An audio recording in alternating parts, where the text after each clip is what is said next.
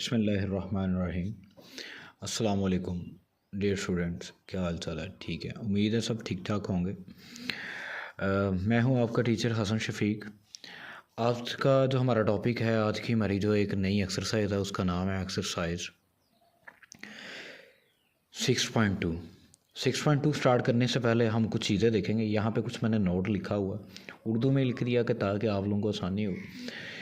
अगर हम d y by D अगर हमको डी वाई बाई डी दिया गया हो या बनाना पड़ जाए वो अपनी रिक्वायरमेंट के हिसाब से, तो हम क्या करेंगे? अगर हम d y by d x में दिया गया पॉइंट दर्ज करें, पुट करें, दर्ज करने का मतलब पुट करें, तो वो स्लोप यानी एम बन जाएगी। क्या बन जाएगी? स्लोप। और अगर इसके साथ माइनस लगा कर उल्टा दें तो वो नॉर्मल की स्लोप बन जाती है। किसकी स्लोप बन जाती है? नॉर्मल की। ये जो स्लोप होगी, पॉइंट दर्ज करने से जो स्लोप आएगी, पॉइंट पुट करने से जो स्लोप आएगी, वो स्लोप ऑफ टेंजेंट होगी। वो क्या होगी? Slope of a tangent. और फिर उस टेंजेंट की स्लोप को अगर हम माइनस का साइन लगाकर उलट दें तो वो हमारे पास बन देगी नॉर्मल की स्लोप बन देगी। किसकी स्लोप बन देगी? नॉर्मल की स्लोप बन जाएगी। इसी तरह सेकंड पॉइंट क्या है? जब हमारे पास एक पॉइंट दिया हो और स्लोप भी मौजूद हो हमारे पास, तो इक्वेशन बनाने के लिए हम ये फार्मूला यूज़ करेंगे।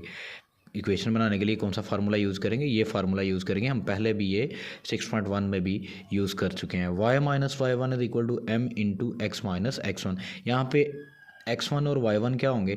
वो जो गिवन पॉइंट होगा ना, उसके जो कोऑर्डिनेट्स हैं, फर्स्ट कोऑर्डिनेट जो होगा वो x1 की वैल्यू, जो सेकंड कोऑर्डिनेट होगा वो किसकी वैल्यू होगी? y1 की वैल्यू।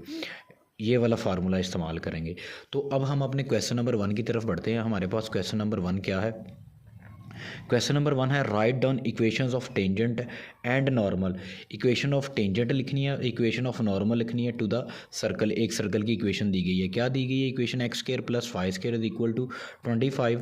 अब ये इक्वेशन ऑफ सर्कल है, इसकी मदद से हमने इक्वेशन ऑफ टेंजेंट भी निकालनी है, इक्वेशन ऑफ नॉर्मल भी निकालनी है टू द सर्कल। पॉइंट दो दिए हुए हैं हमें, एक पॉइंट पी दिया हुआ है, एक पॉइंट क्यू दिया हुआ है। पहले पॉइंट पी की मदद से हमने ये equation of tangent, equation of normal find out करना है। फिर पॉइंट क्यू की मदद से हमने की हेल्प से पॉइंट क्यू पुट करके हमने क्या करना है जी? ये equation of tangent and equation of normal find out करना है। तो given that x square plus y square is equal to 25। देखें, हमें इक्वेशन ऑफ टेंजेंट और इक्वेशन ऑफ नॉर्मल बनाने के लिए स्लोप्स की ज़रूरत पड़ेगी। किसकी ज़रूरत पड़ेगी? स्लोप की। जैसा कि हम पहले नोट में कह चुके हैं, d y by d x में अगर पॉइंट दर्ज कर दें तो हमारे पास स्लोप यानी एम बन जाएगा। और अगर उस एम को हम माइनस के साइन लगाकर उल्टा दें तो वो नॉर्मल की स्लोप बन जाएगी। यानी कि नॉर्मल की इक्वेशन बनाने के लिए स्लोप ऑफ नॉर्मल चाहिए और टेंजेंट की इक्वेशन बनाने के लिए स्लोप ऑफ टेंजेंट चाहिए हमें। तो उसके लिए हमारे पास क्या पड़ा होना चाहिए? D y by d x पड़ा होना चाहिए। तो यहाँ पे तो हमारे पास इक्वेशन ऑफ सर्कल में d y by d x नहीं है, तो हम इसका डेरिवेटिव लेंगे, इसको डिफ्रेंशिएट कर लेंगे।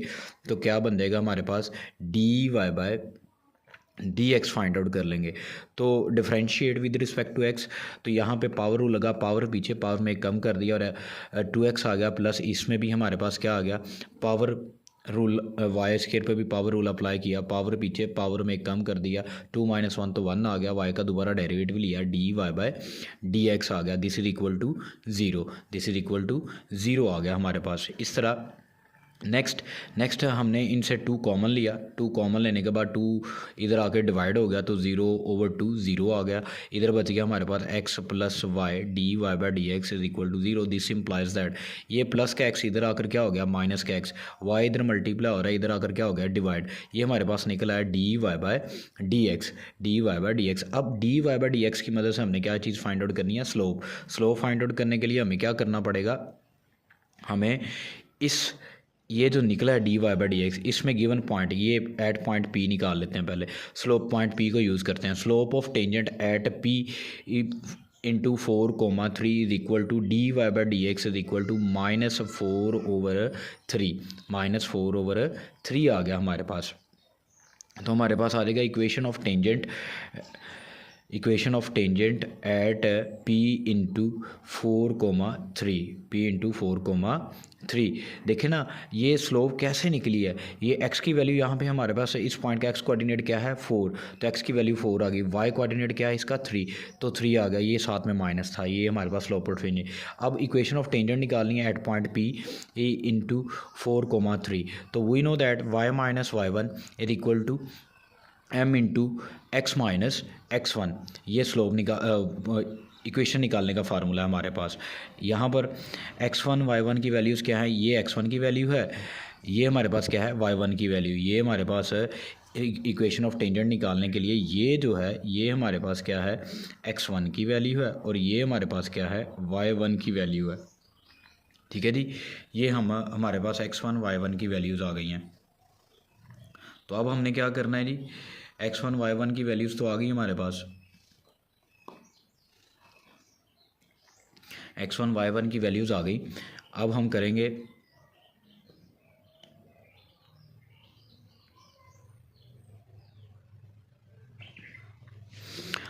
x1 y1 की वैल्यूज़ आ गई हैं। ये x1 की जगह x1 की वैल्यू, y1 की जगह y1 की वैल्यू।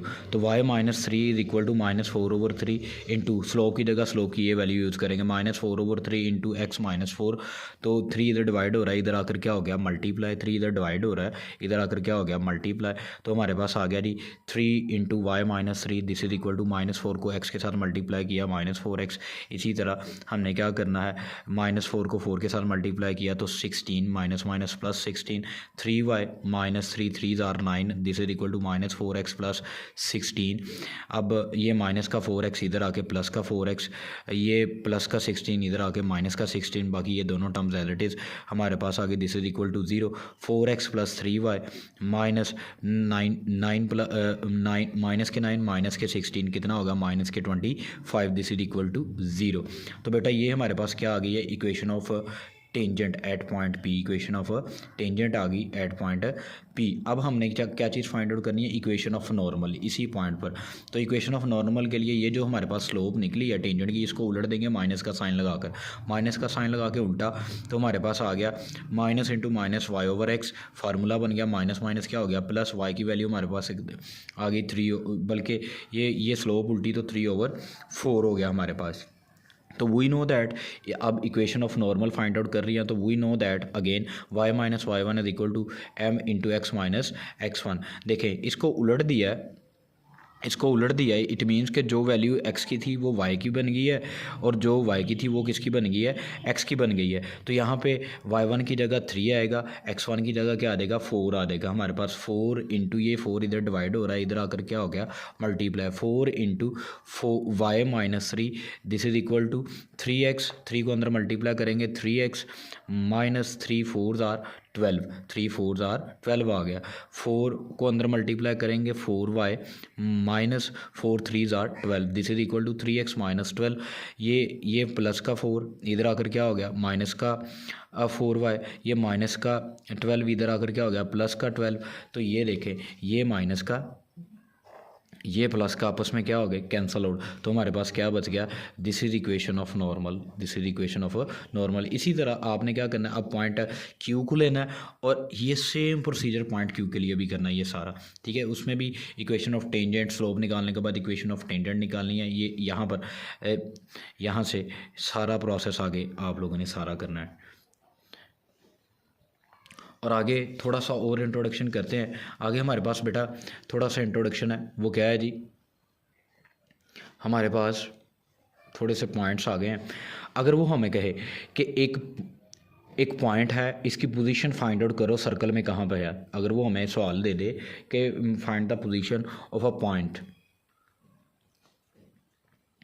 तो position of a point with respect to circle, कहता है कंसीडर द पॉइंट वो हमारे पास गिवन होगा, उसको हम अगर कंसीडर करें पी फॉर एग्जांपल, वो पॉइंट पी है, वो अब इस सर्कल में कहाँ पर लाई करता है। एक सर्कल